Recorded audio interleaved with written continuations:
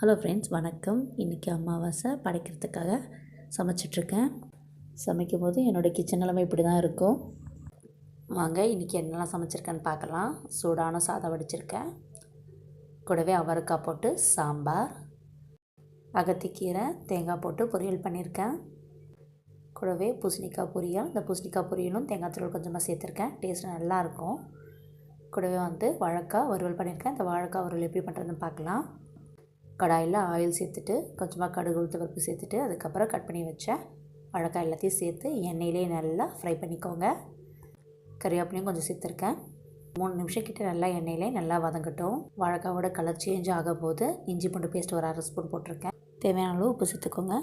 கூடவே பார்த்திங்கன்னா குழம்பு மிளகாய் தூள் 1 ஸ்பூன் சேர்த்துருக்கேன். உங்கள் காரத்துக்கு ஏற்ற மாதிரி சேர்த்துக்கோங்க.